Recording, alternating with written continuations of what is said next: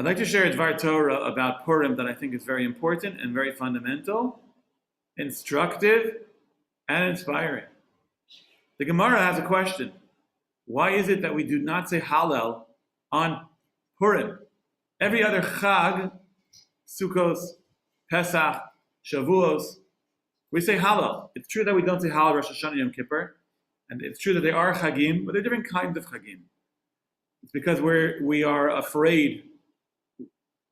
There's fear, there's anxiety, there's nervousness on Rosh Hashanah Yom Kippur because of the din, because of the judgment of God. Every holiday that's associated with Simcha, and certainly, La'yudim Hosa Haisa Ora B'Simcha, certainly Purim is a time of joy for Klal Yisrael. So why don't we say Hallel? And the Gemara offers three reasons.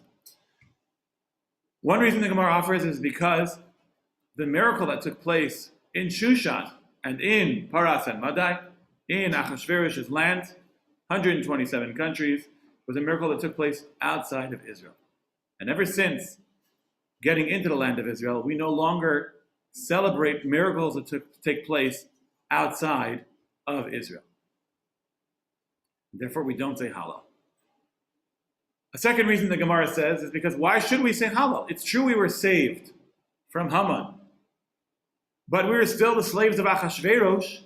Achashverosh was a very, very willing accomplice to Haman. He himself was no tzaddik, and he was not interested in Jewish success. And therefore, says the Gemara, Akati, Avdi Achashverosh Anan, we are still slaves of Achashverosh. And therefore, there's no reason to say Hallel. Finally, the Gemara says, we do say Hallel on Purim. It's just that we don't say the usual Hallel. We read the Megillah. And the Megillah itself is an expression of praise and thanksgiving to Hashem. And that's why we read it. It's Pirsumei Nisa. It publicizes the miracle, the whole story that takes place over many, many years, more than a decade, until we realize, after looking at every single detail, that Hashem was really acting just from behind a veil. But was looking out for our good, and everything really truly was miraculous, just a different kind of miracle. So that's a Hallel as well. So according to the first two terutzim, the first two answers in the Gemara, we do not say Hallel on Purim. According to the third answer rather, we actually do say Hallel on Purim, just not the usual Hallel. There's a halachic discussion. If you don't have a kosher Megillah, should you say Hallel? We'll leave that for another time. What I want to share though is the Chida's comments on why it is that the Rambam and the Meiri and the other Rishonim, all the halachic commentators, when discussing this question, and they bring the Gemara's question, they only bring one answer. You see, the Gemara itself has issues with each question, with each answer, with each approach. And the Gemara doesn't really resolve itself to decide which answer is correct. And in the end, the Rishonim say that the reason that we don't read Hallel is because we don't need to, because we're reading the Megillah. Kriyasa Zuhi Hilula.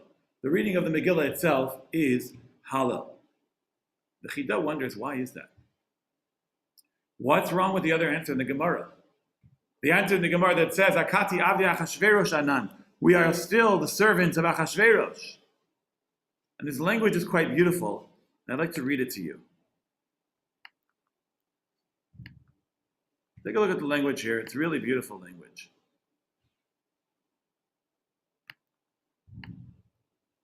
So he says like this. Hatam Vitam Rava. The reason that Rava, who is the opinion of the Gemara that says that we were still the servants of Achashverosh, Eina Maravach, it's not a good answer. He says, why? The Avdi Achashverosh hayu ba'ones. We were the servants of Achashverosh ba'ones, against our will. It couldn't be helped. Al derech mikra, it just happened to come out that way. Udma demos yarach liyosenu Avdi Hashem hanefesh. What does that have to do with us? We are Avdi Hashem. We are servants of God. Hanefesh im habasar, our spirit, our nefesh, our neshama, together with our guf, together with our body. Mina olam ba'da olam, from the beginning of history to the end of history. Me'avo me'yira, we serve Hashem out of love, out of fear and awe. V'gam b'yoseinu begalus meforsam shanu avadav. And even here in Galus, even here in the exile, whether it's the exile that we live in today, the same exile the Chida was part of, he traveled the world, or the exile that they lived in the 70 years between the two Batei Migdash, between the two temples. Before some, it's famous, it's well known. Shanu avada v'shomrei mitzvot v'shomro V'anu shomim Torasa mitzvosav. We are Avdei Hashem, we're servants of God. We keep His Torah. We do His mitzvot. V'chol ha'am roim, and every Gentile, every non-Jew, the nations of the world look at us and recognize, and they say, these people are free. Okay, maybe their bodies are bound up, but their souls are free. The truth is, we are Avdei Hashem, we are the servants of God. Who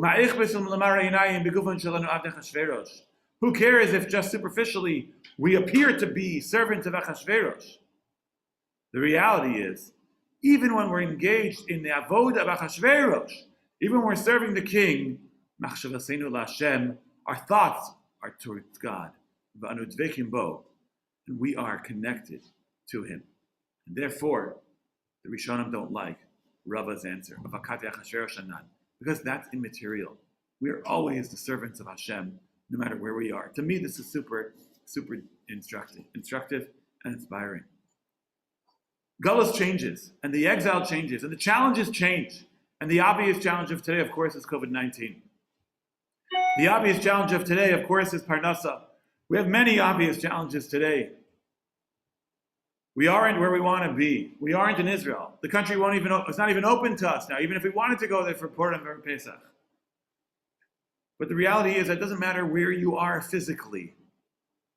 What matters is where you are spiritually. And if spiritually you are an Eved Hashem, a servant of God, then no matter where you are, you can be somebody who's connected to Hashem in a meaningful and beautiful way. To me, that's the message of Purim.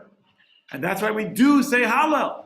Because we are not the servants of Achashverosh, but we are the servants of Hashem, and we celebrate that with the reading of Megillah.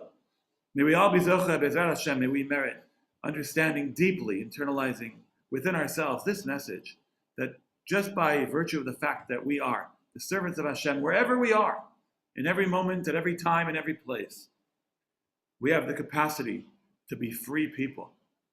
May we all be Zocha to indeed be free people. After all, as Rashi writes, Mishenichnas Adar Marbin B'Simcha. When Adar comes in, we increase our joy. Why? Rashi says, because Adar and Nisan, the month that follows, are both Zmanei Geula, they're times of redemption. B'ezrat Hashem will be Zocha to the greatest Simcha of all time, with the greatest redemption of all time, with the coming of Mashiach Tzidkenu, the B'mehira V'yameinu.